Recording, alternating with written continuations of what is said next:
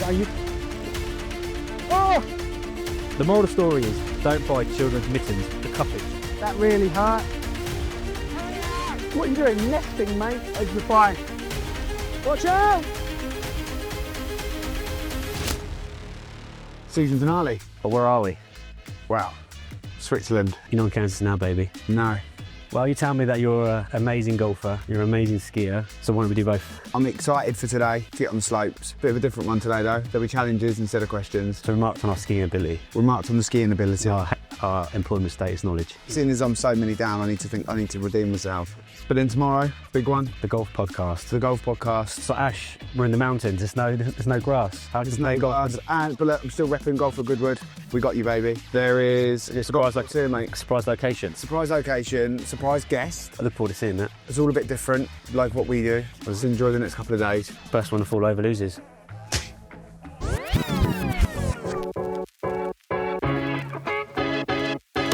Excited? Super excited, mate. Welcome to Zurich Airport. Quite excited for the series to be finished. What's been the worst bits? The windsurfing was, I think, took me back to a dark place. Would I do it again in the summer? No. I'm built for the office.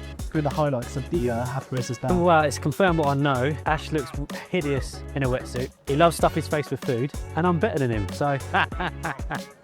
I did a Mario Balotelli. Why always me? Are you sure he didn't say, are you Jim Carrey? He said to me, are you one of those hard twats? Are you the guy who's lost the Ash vs Dan series? It's me. Right, boy?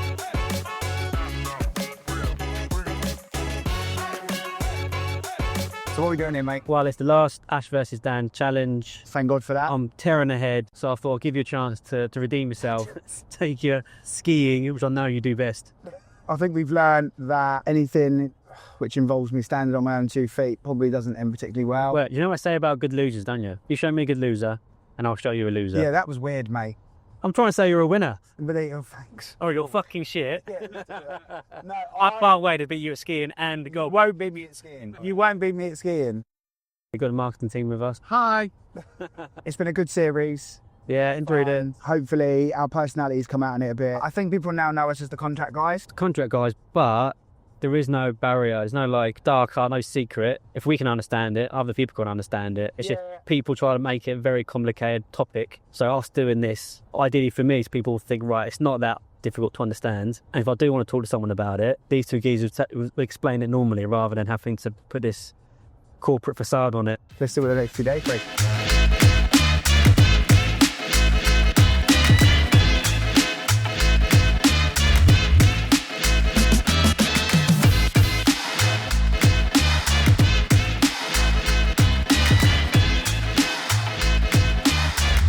Right, mate, it's a finale, and we've seen our first challenge, the ski run, the giant slalom. You know I'm a speed demon, so I fancy a chance in this one. I wasn't built for speed, but I feel like my weight advantage might help with the gravity. So, you know the rules? First to the bottom wins 10 points. Yeah, wipe out -5. Well, okay, I'll fancy my chances, mate. Okay. I'll see you at the bottom. See you at the bottom.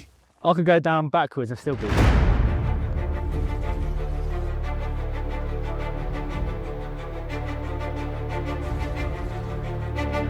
I don't think we need time trial this one.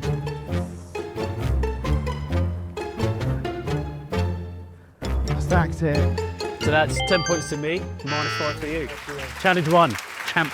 So Ash, why are policy documents relevant to employment status in construction? Policy documents have become important over the last 12 months because HMRC are now requesting them during employment status inquiries, and if they're written like the subcontractor is an employee, it can undermine their self-employed status. An example of that would be a training repayment document. They're quite common. Hurry up! Training repayment document, if it says that a subby doesn't have to repay the training for, if he stays with you for 2 years, that's a bit of a motivator for them to stay. Could infer that there's mutuality of obligation with meaning they're employed. There's loads of other examples and I'll share them again in a minute.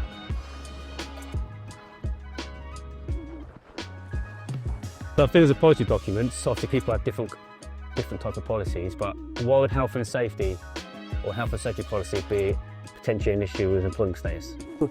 How long we got? I think the biggest concerns are there's no distinction between what policies are in the health and safety policy are relevant to on-site activity, off-site activities, i.e. back in the office, which ones are relevant for subcontractors, which ones are relevant for employees, because they're quite generic, these health and safety policies that are now risk and mate. They will say stuff like your supervisor, or there could be like an organisational chart within the health and safety policy, which will say supervisors sit above subcontractors as an example, and then that could infer control, and HMRC would potentially try and use that. The other parts to really look at and be mindful of is what the wording is, because it will say stuff like disciplinary action or supervision or employee. Why is it such a disconnect between employment status and health and safety? Because you think if someone's doing health and safety policy, they also understand the control element of things like we said there. Well, I don't think they do, because health and safety is paramount on site, right? And there'll always be an element of control or supervision when it comes to health and safety.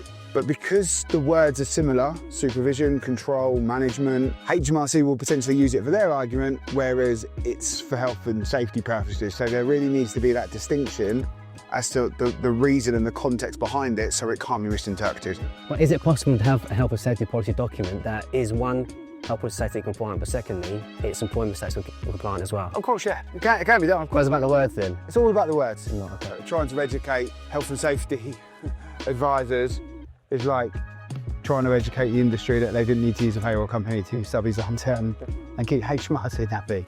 Now, come on, mate, race to the bottom. See you at the bottom.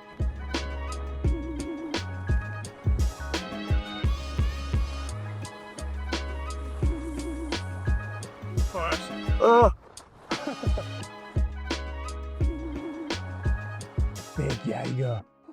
Fireball. Grazie. Right, so we've got the accountant, he's happy. He's got the expenses, he's got the footage. HMRC are happy. It's a work event. We've justified it was a business expense. On a serious note, I did have the health and safety executive ring me up after a couple of falls earlier, mate. You need to get some protection, right? So it's have a hard hat for the hard sweat. I thought I was going to get yellow carded then, for not having the correct PPE on the slopes. After a couple of falls, safety first, mate. Yeah. I need you. Second challenge, I've got an excellent idea. We got the very top of the Alps, we can't get any higher. I propose we go down holding 2 eggs. First one to the bottom, with both eggs wins. Lose an egg, or you crush an egg, -5 points. Yeah. You fall, -5 points. Winner takes all. What's the points for the winner? I think 10. Okay, so we've got 10 for this, 10 for slalom. No, actually, no, what, 20. 20, because you've got 5 per egg as well. 5 per egg. Yeah. Okay. Press the bottom, eggs intact. Are you yoking? Coppish. Okay, so if you're calling that as the challenge, I've got an idea for the other two. As I've been meandering rounds this morning, You could call it that, yeah. I've seen a slalom. Slalom, yeah. I've seen them hips, so These hips don't lie. no danger there. There is like a snow park, jumps, Tony Hawk style. Tony Hawk's gives them mad air. So the Yeah. slalom, fastest time, It's fastest time wins. 10 points, 5 points for a fall. 5 points, -5 points. -5 points I'm for a not fall. awarding you for being shit at skiing. And then the third one, snow park. I think we'll agree that when we get there. Mate, I'm not going to lie. That's all I've got in me. You're not that far off the floor usually though, mate, so good luck. Right, mate. Cabbage. It does look really steep. Sorry, good one. All right. Egg in each hand, yeah? Yeah, you can hold it. It's got to be in your hand. You can't put it in your pockets. 10 points if you're down, 5 for each egg. If you lose both eggs, no points. Yeah. If you fall down, -5 points. Lose an egg. Hello. 2 eggs in, please, mate. If you drop them now, it's an immediate disqualification, by the I way. just can't get it out. Yeah. You kiss the lucky egg. No. Right, that's bang on. It's going for the claw grip. I'm going for the claw. Going for the claw grip. I'm going no poles, the cuppage. Well, I think we'll both fall down the first run and there'll be an absolute washout. The guy can't get his mitts on. Can you have an egg? Or if you purposely lose one, it's 5 points to the other guy. There you go.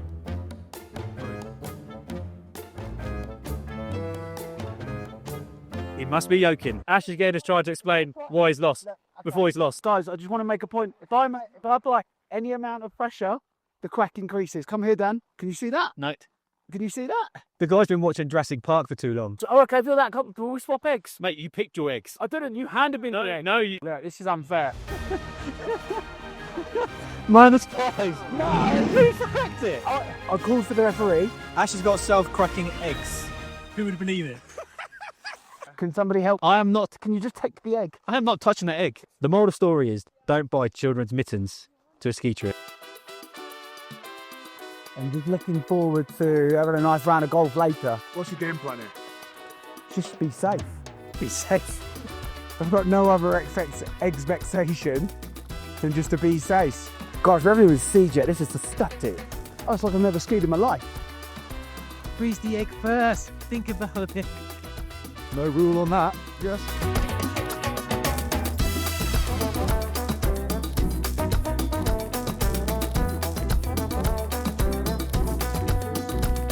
I'm all right now. I've got the first bit out of the way. Oh, come on.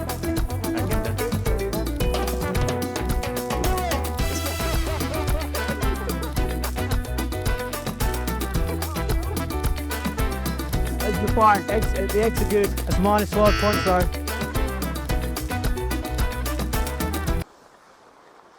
I think it's in the bag, people, isn't it?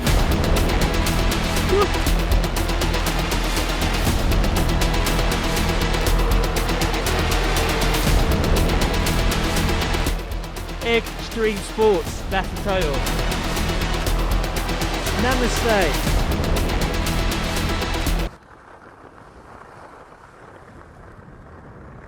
Yeah, baby.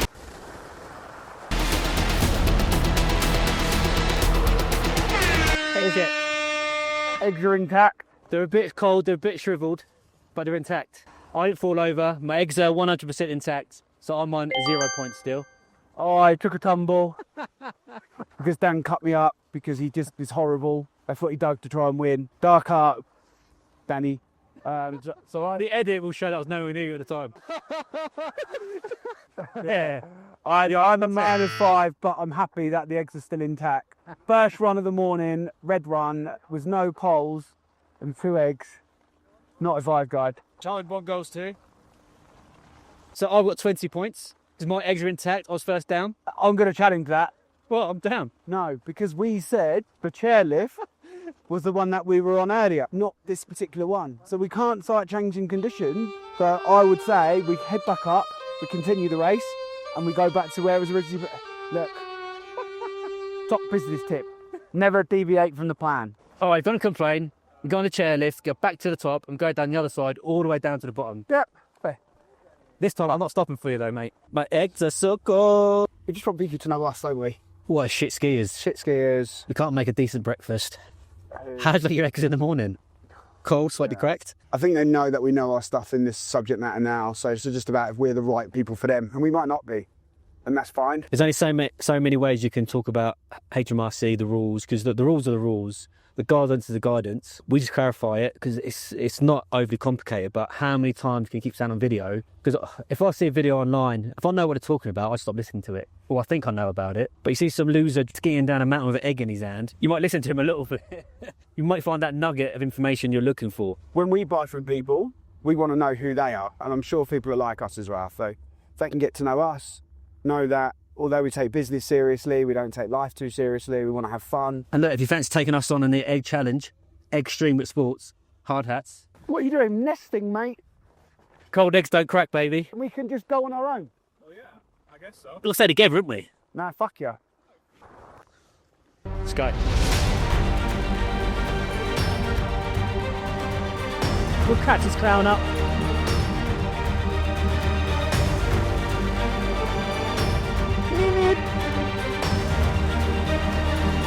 Gave me a head start and he's still slow. Come on, Coyote. I'm on your tail, boy. I'm on your tail.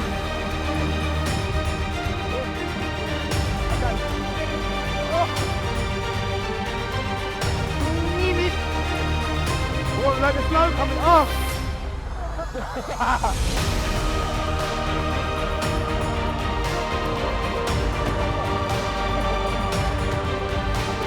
For the winner, the person gets to the queue for the stealing. Go on, touch the net. It's the right hand net. Right hand net, all right. Right hand. It's got to be clear. 3, 2, 1, go. Trust yourself now, boy. Fucking get down. Oh! The cameraman's gone! He absolutely stacked it. It takes time to beat it. We didn't touch. I watched you. You stopped. Was in the middle. I had that. He got caught in the traffic and went the wrong way. I came round and he was there about to start celebrating and I nabbed the win. I'm not quite sure how to judge this because the judge was temporarily held up on foot. But I won, didn't I? See? No. We've got. You might bring like body too hard for it. Tip it back. Part over else. How do you want to solve this dispute? You can have that one. A pointer. And that's where we're at. And they took the mickey out of these. I'm calling a steward's inquiry. The rules are very clear at the top. Get down to the bottom with eggs intact. You get 5 point per egg. That is not an intact egg. Well, intact egg. Define intact, because I would argue, Yeah. I would do it if the egg can come out, it's not intact. So if we turn that upside down, you. Oh! No, it wasn't me. It wasn't me. Going off piste, excuse the pun. How many people have complimented the egg today? Yeah. So great challenge, mate. Thank you. I think that went really well. But yeah, as we finished up, as I pictured to the post, It's a photo finish. it was a photo finish. Stewards, but no one had no camera to prove who won. He was on his arse. Looking forward to the final challenge now, mate. So it. Try and get a little bit of skiing in before. Ooh. There it is there. So this is the speed test. Speed test, so you get the greatest speed. Greatest speed. And then if we've got time, we'll try and pop in the snow park as well and have a bit of fun there. Yeah. So it's time trial. Time trial. Similar to the slalom. I'm on 15. You're on 10. You're on 10. That was a cracked egg. Winner takes all.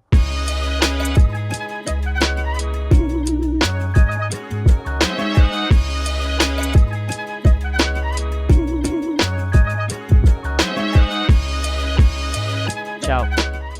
So mate, what's this whole you can't use subbies long-term thing? What is that myth? Because we're still hearing, aren't we? People coming to us say I can't use subbies long-term, but why is it still a myth?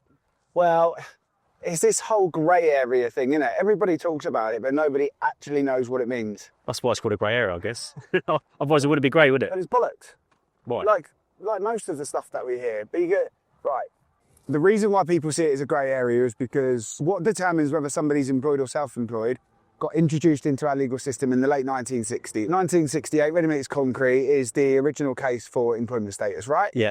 But what's happened since that late 60s to like today is how firms work with their subcontractors just moved on and changed. Well, technology, ways things are built, people paid. Exactly, and what that's done is it's created a disconnect between the real world and the legal world. That's why there's this whole confusion. Right. But that's also why the contracts are so bloody important, because not only do they allow us to provide context behind why firms work with their subbies in the way they do, so you can't get it misinterpreted, they also operate as a hybrid or a glue in bringing those two worlds together. So it just removes any of that potential, like I say, misinterpretation. But I appreciate you saying about the case law and how firms have worked has changed. But why do people today still think it's a grey area? Most people in construction don't know the case law anyway and don't know the rules. But why is it a grey area? Fundamentally, HMRC have never issued clear guidance. Right.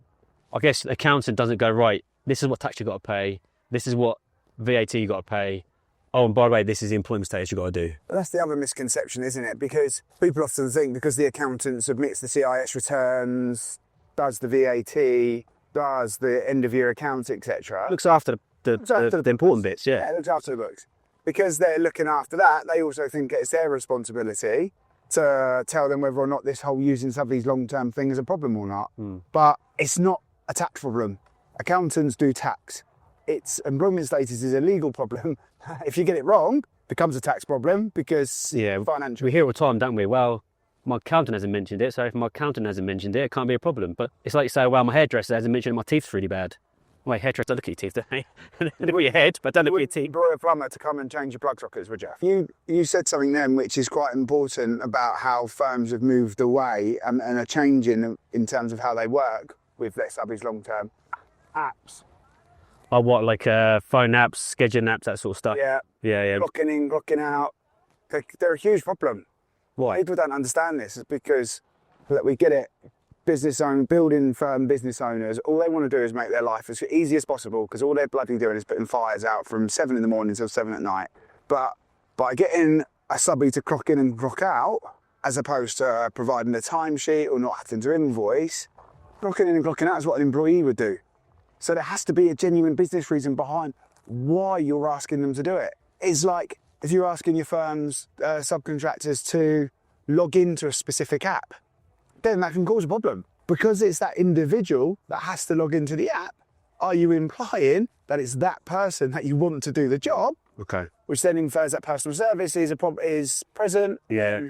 Central employment. This is where obviously you mentioned about the law, the case law and the rules, and then you've got the new age, the technology. Most firms now are run by people who are using Instagram, LinkedIn, emails, not paper-based. So construction is going tech-based. It's just employment laws haven't reincorporated that. To control a business digitally, you do need people using tech. Of course you do. So you can't not have tech, otherwise you might have paper everywhere, and you know, it's not the It's same. the world now, and it's efficiency, isn't it? So I understand the need for it. It's just providing context. As long as you've got context and a genuine business reason behind why you do it, then it can't be argued. So firms can use tech to manage the work. They just need to have it documented why they're doing it. Correct. Right, okay. And this is why the contracts are so important, because it allows you to do it.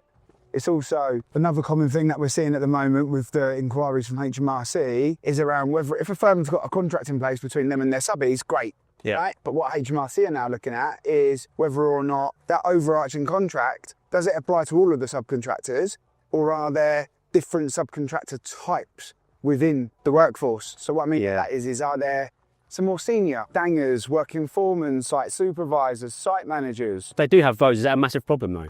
Look, you can't answer that question with a yes or no, because piece of advice that I got early on in my career was it doesn't matter what the firm calls them, understand how they're working, because that's ultimately what will determine whether or not they're employee or self. I had a conversation with a client the other day. He said, yeah, I've got 4 site managers now. Well, okay, so are they part and parcel of the business? No. So, okay, so what do they do then? Oh, they just make sure people are abiding to health and safety each day. Right, okay, so are they managing the site? No. So why call them site managers then? Oh, well, it's just, that's what they call it, aren't they? It's just a label. Exactly, and that's where, again, the disconnect could be with terminology, words, and actually what happens in the real world. It doesn't matter what they're called. No. It's what happens day to day. But what's really important is that, say you have a site manager who's there for health and safety and execution of the site, how you work with them will be completely different to one of the tradies. Yeah. So it's important to have different contracts for those different subcontractor types. Blue collar contract for your more trade, and then a white collar for your more senior. But is there a line in the sand though where we say HMRC misinterpret the subcontractors as employed? Is there a ceiling to who can be self-employed? What sort of relationship cannot be self-employed then? so you've got contract managers, project managers. As you start stepping up the hierarchy within an organisation, the question you need to ask yourself is, are they part and parcel of the business? Are they seen as integral? If you're asking yes to both of those, then they probably should be employed. Yeah, because I'm hearing people giving certain subcontractors personal email addresses, laptops, mobiles, a car, and it's like, in isolation, these individual things aren't end of the world, but together, clearly, this guy is representing themselves as a part or member of your team, i.e. the business. How would your clients view them? Great question, yeah. That's one. Rephrase that. Yeah, how would your clients see this person? Mate, challenge number 3, the snow park. There's 3 jumps. It's probably the worst one of the lot. So every successful jump, you get 10 points. Obviously, if you're 4, -5. If you break a limb, I think you just win. Okay. Go safe, wear a helmet, because we're hard hats, and you are a helmet.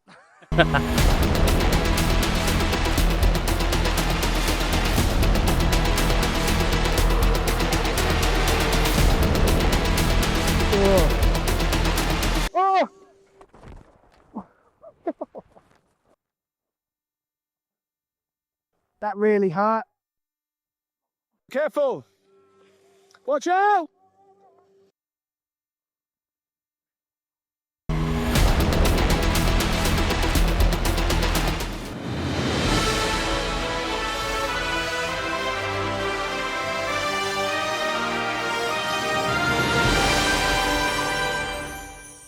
All I saw was skis in the air and a scream. I picked up some pace, and then it was quite steep. I remember I've not had any training on how to land. Fucking arse over tip, wasn't it? Winded myself, think I might have hurt my wrist. Wait, I call 3 jumps. I did the ramp as well. So I did 3 jumps, 0 jumps, 1 fall, -5 to Ash, 30 points for DC. The scores are...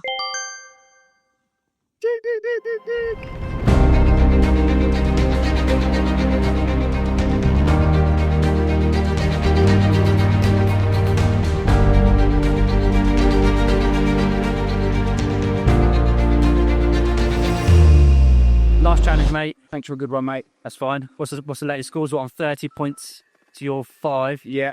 So let's give you a fighting chance, mate. This one's a speed check. Quite simple. Fastest time wins. To give you a chance of redeeming yourself, the winner gets 50 I points. still feel that everything's been geared towards you. So what sort of things do you think you can beat me at then? Well, there you go. Spelling test. Next series, hard hats v construction, or the payroll company fancy it. You know where we are.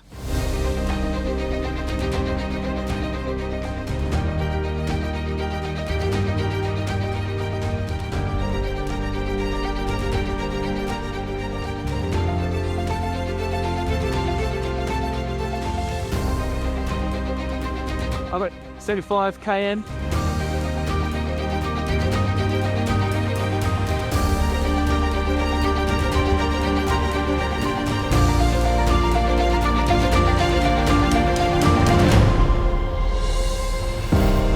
Thanks for a great trip. We don't need to sit here and gloat about who's won. Well, we get the points up. Yeah. Who won? And who won the whole series? Ash versus Dan. Let's look out. Like I say, I must admit, I was shitting myself when this idea of me versus you, talking about employment status tax law, because I come to you for this stuff. yeah. So, only bit of value from that come for these videos, other than you falling over, was hilarious, is actually the nuggets of facts and myth busting that we've been doing, which I'm not going to lie, most of what I know comes from you. So, thank you for letting me win. Thank you for being a shit skier. Yeah, the series has been great. We've had fun and people get to know who we are now. And more importantly, although this is the end of the series, it doesn't mean it's the end of the challenges. So for you construction firms who fancy coming on, give us a shout. But more importantly, it's the payroll company, the ones that continue to spread all the bullshit within the industry. Why don't you come on? Let's have a genuine conversation and you can give your side of the argument as to why people can't do the things when we say they can. But until then, Bring it.